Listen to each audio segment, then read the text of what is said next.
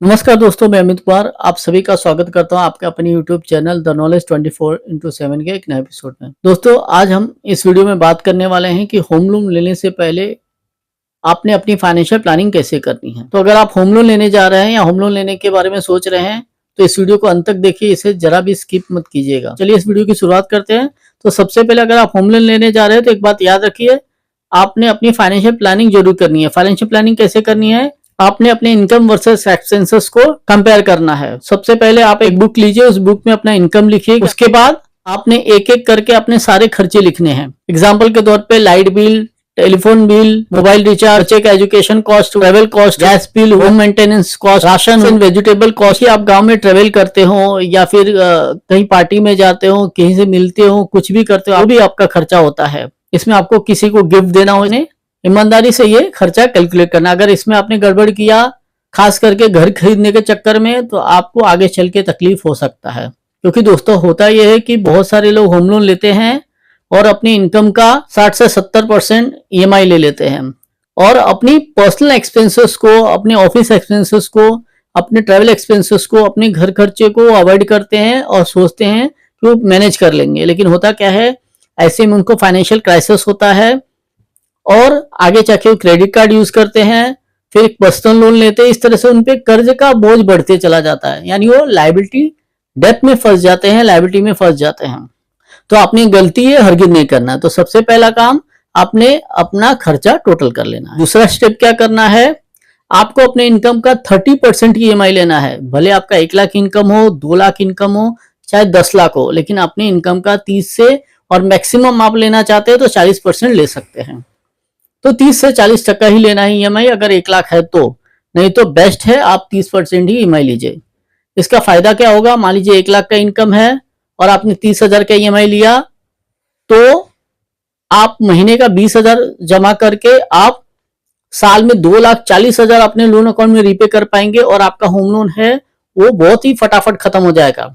Bank आपको 100% home loan नहीं देगी, बैंक देती है 75 से 90% तक लोन देती है। अगर आपका एग्रीमेंट 30 लाख का है तो बैंक 90% देगी। अगर आपका एग्रीमेंट 75 से नीचे है और 30 लाख से ऊपर है तो बैंक 80% देगी, और 75 लाख से ऊपर का एग्रीमेंट है तो बैंक जो है 75% लोन देगी, 25% आपको खुद पे करना है। तो ये कैलकुलेशन आपने ध्यान रखनी है। इसके हिसाब से आपने डाउन पेमेंट आपका देख लेना है कि आपके पास डाउन पेमेंट है कि नहीं। तो अपना डाउन पेमेंट रेडी रखना है, स्टैम्प ड्यूटी रजिस्ट्रेशन का पैसा रेडी रखना है, वो भी आपने निकाल लेना। अलग अलग स्टेट का अलग अलग होता है तो आपने निकाल लेना है कि कितना स्टैम्प ड्यूटी रजिस्ट्रेशन मिलेगा।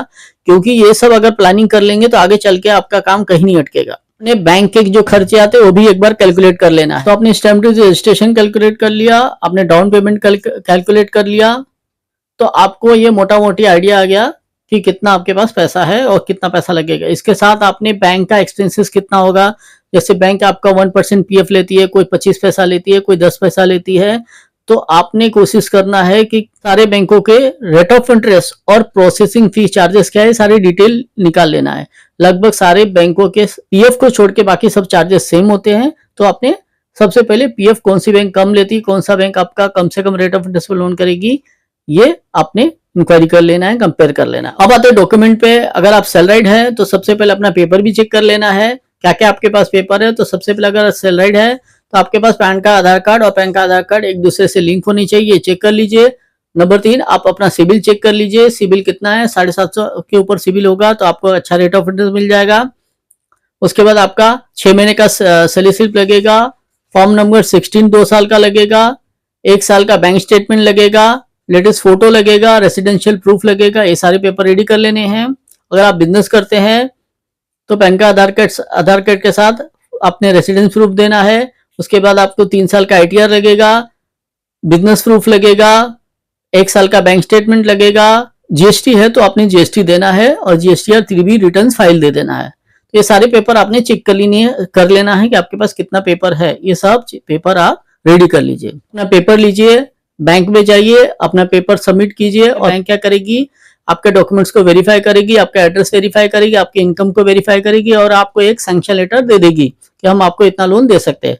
इसके बाद आपने प्रॉपर्टी फाइनल करना है। प्रॉपर्टी फाइनल करने के बाद टोकन देना है। या बिल्डर से खरीदे तो बिल्डर के डॉक्यूमेंट, सोसाइटी से खरीदे तो जो भी पेपर होता है, agreement, chain agreement, plan copy, CC, OC, ये सब कलेक्ट करके आपने बैंक में सबमिट कर देना। बैंक उसके बाद आपका लीगल करेगी, टेक्निकल करेगी, वैल्यूएशन करेगी और उसके बाद आपको एक फाइनल लेटर देगी कि अब आपने एग्रीमेंट टू सेल बनाना है। एग्रीमेंट टू सेल और चेन एग्रीमेंट ओरिजिनल के साथ सोसाइटी या बिल्डर से एनओसी लेके ये सारे पेपर अपने बैंक में जमा करना है। क्या एनबीएफसी क्या करेगी, उसको वेटिंग करेगी यानी चेक करेगी, सब प्रॉपर होगा तो जो लोन अमाउंट है वो अमाउंट आपके बिल्डर या तो रीसेलर के अकाउंट में आरटीजीएस कर देगी, एनएफटी कर देगी, आपको डीडी पकड़ा देगी। और मोस्ट इंपोर्टेंट पॉइंट, जब भी आप होम लोन लेते हैं डिसबर्समेंट के समय यानी जब आपका लोन डिसबर्स होने आता है, जब आपका ट्रांजैक्शन कंप्लीट होने आता है तो आपको कुछ इंपॉर्टेंट बातें ध्यान रखनी है। नंबर 1, आपने होम से भी इंश्योरेंस लेना है क्योंकि लाइफ का कोई भरोसा नहीं। अगर आप मुख्य आवेदन करता है, एप्लीकेंट है, अगर आपको कुछ हो गया तो आपके घर वालों से बैंक या एनबीएफसी ईएमआई नहीं वसूल करेगी, आपका घर रिलीज हो जाएगा, फ्री हो जाएगा। नंबर 2, आपने हेल्थ इंश्योरेंस जरूर करना है। आपने 3 से लेकर 6 महीने का ईएमआई आपने एडवांस अपने बैंक में एफडी करके रख देना है क्योंकि मौत मुसीबत कस्टमर बोलकर नहीं आते, कभी भी कुछ प्रॉब्लम हो सकता है। तो ये 3 से 6 ईएमआई आपने एफडी करके रख देना। मान लीजिए आपकी नौकरी चली जाए या बिजनेस में डाउनफॉल आ जाए तो एटलीस्ट आपको किसी तरह का कोई समस्या का सामना नहीं करना पड़ेगा।